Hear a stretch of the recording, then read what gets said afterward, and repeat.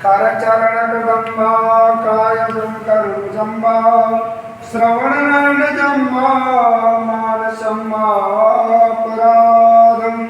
बेतमा बेतमा सर्वमेतत्क्षमा।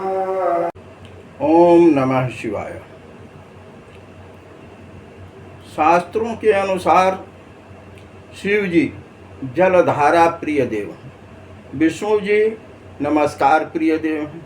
ऐसे ही प्रत्येक देवताओं का विधान है, बताया गया है शास्त्रों में। सावन में इंद्रदेव जलधारा प्रदान ही करते रहते हैं, इसलिए सावन शिव जी को बहुत प्रिय है।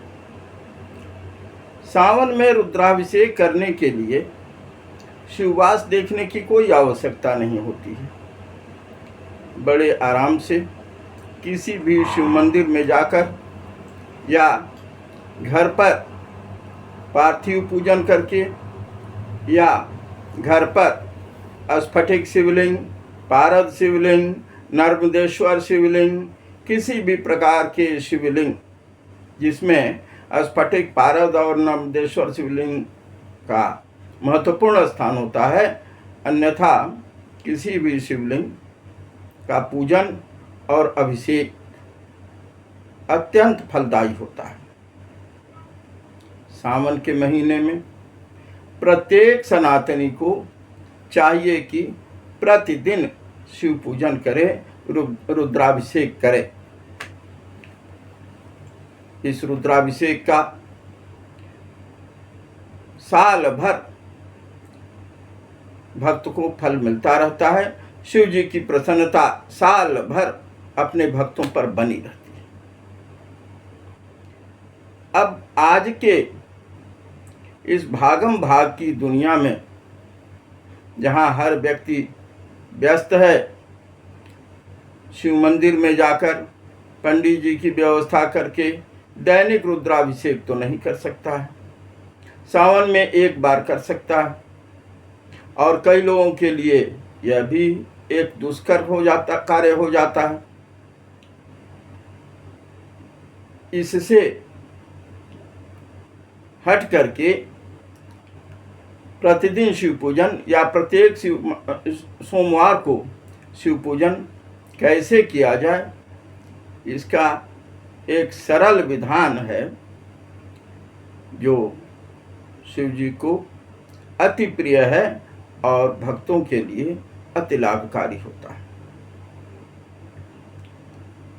आप अपने घर पर ही शिव पूजन की समस्त सामग्री जैसे पंचामृत, अक्षत, चंदन, दूर्वा, मदार पुष्प, धतूर, भांग की गोली, सुपारी, लौंग,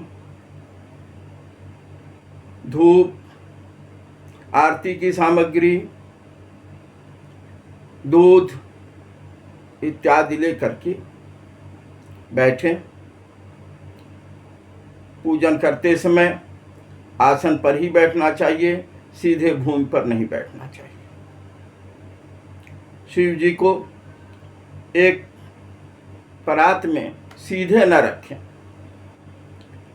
बिल्व पत्र पर, जिसे बेलपत्र भी कहते हैं, बेलपत्र पर रखें, और बेलपत्र के चिकने वाले हिस्से को ऊपर रखा जाता है और उसी चिकने वाले हिस्से पर शिव जी को स्थापित किया जाता है। शिव जी को स्थापित इस तरह से करें कि अभिषेक करते समय उनसे निकलने वाली दुग्धधारा या जलधारा उत्तर दिशा की ओर प्रवाहित हो। शिव जी को परात में रखते समय इन दो बातों का विशेष ध्यान रखना चाहिए कि निकलने वाली जलधारा या दुग्धधारा या जो भी हम चढ़ा रहे हैं वो उत्तर दिशा की ओर प्रवाहित हो, और शिव जी को सीधे परात में न रखकर बिल्व पत्र पर रखा जाए।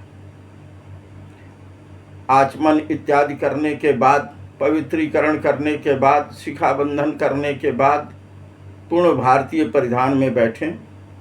महिला हैं तो साड़ी पहनकर बैठें। हाँ, एक विशेष बात और जो अति आवश्यक है और उसको सब लोग पूरी तरह से नज़रअंदाज करते हैं कि महिलाएं बिना बाल बांधे किसी शुभ कार्य या पूजन कार्य में बैठती हैं तो उसका पूरा फल निष्फल हो जाता है, उन्हें बिल्कुल ही उसका फल नहीं मिलता है। इसलिए महिला हैं तो अपने चोटी बांध करके ही पूजन कार्य में बैठें, चाहे शिव जी का पूजन हो या कोई भी पूजन, यहाँ तो विशेष आवश्यक है। आचमनी करने के बाद दीप प्रज्वलन करें।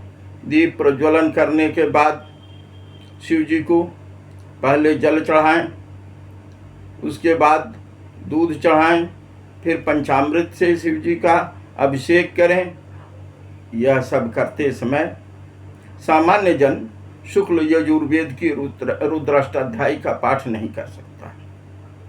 तो ऐसे समय में नागेंद्र हाराय नमामि शमीशान कर्पूर गौरम करुणावतारम जैसे श्लोकों का उच्चारण वाचन करते रहें, गान करते रहें। और अगर यह भी पूरी तरह से याद नहीं है तो केवल शिव पंचाक्षर ओम नमः शिवाय, ओम नमः शिवाय, ओम नमः शिवाय का उच्चारण करते हुए शिव जी पर पंचामृत, दूध इत्यादि चढ़ाते हैं। इसके पश्चात श्रृंगी के बारे में बहुत कुछ बताया गया है, यहाँ उतना बता पाना संभव नहीं है समय के अभाव के कारण। श्रृंगी आपके पास उपलब्ध है तो नियम तो है श्रृंगी से ही चढ़ाने का। अगर किसी कारण से श्रृंगी नहीं है तो बड़े लोटे में दूध मिश्रित जल रखें। दूध से रुद्राभिषेक सर्वविधि कल्याण के लिए किया जाता है। गुड़ या गन्ने के रस से लक्ष्मी प्राप्ति के लिए किया जाता है। गिलोय के रस से रोग शांति के लिए किया जाता है। इसी प्रकार अलग अलग वस्तुओं से रुद्राभिषेक करने का अलग अलग फल होता है और उसका अलग अलग विधान है।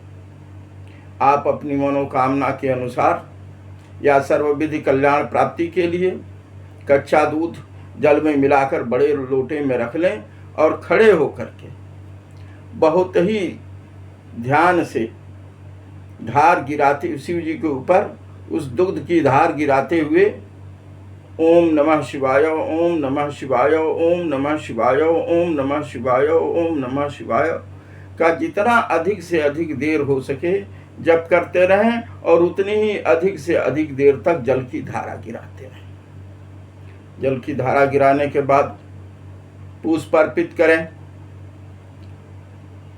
और भी जो पूजन सामग्री है अर्पित करें। श्लोक का वाचन करते रहें। श्लोक नहीं आ रहा है तो ध्यान करके ओम नमः शिवाय, ओम नमः शिवाय, ओम नमः शिवाय करके चढ़ाते रहें। सर्व सामग्री चढ़ाने के बाद एक स्वच्छ वस्त्र से सारी सामग्री हटाएं और स्वच्छ वस्त्र से शिव जी को पोंछें। परात का जल हटा दें या तो जल फेंक करके परात को पोंछ करके उसी परात में फिर शिव जी को स्थापित करें या दूसरे पात्र में स्थापित करें। लेकिन ध्यान रहे इस बार भी बिल्व पत्र शिव जी के नीचे रहना चाहिए। अब शिव जी का पुनः पूजन प्रारंभ करें समस्त पूजन सामग्री से, जिसमें बिल्व पत्र मुख्य है। बिल्व पत्र चढ़ाएं, भांग चढ़ाएं, धतूर चढ़ाएं। भांग उपलब्ध न हो तो भांग की गोली चढ़ा सकते हैं। पुष्प चढ़ाएं, धूप दिखाएं। तत्पश्चात शिव जी का ध्यान करें। कुछ देर तक उनके पंचाक्षर ओम नमः शिवाय का जप करते रहें। फिर क्षमा याचना करके शिव जी की आरती कर लें। आपका संक्षिप्त रुद्राभिषेक पूर्ण हुआ। समय अभाव, विद्वान पंडित के अभाव और मंदिर जाने के अभाव में प्रतिदिन इतना कर सकें तो इस भागम भाग की जिंदगी में शिव जी को प्रसन्न करने के लिए ये अपने आप में पर्याप्त है। इसी का बहुत फल मिलेगा और यह फल आपको साल भर लाभान्वित करेगा, सुख शांति से परिपूर्ण रखेगा। ओम नमः शिवाय।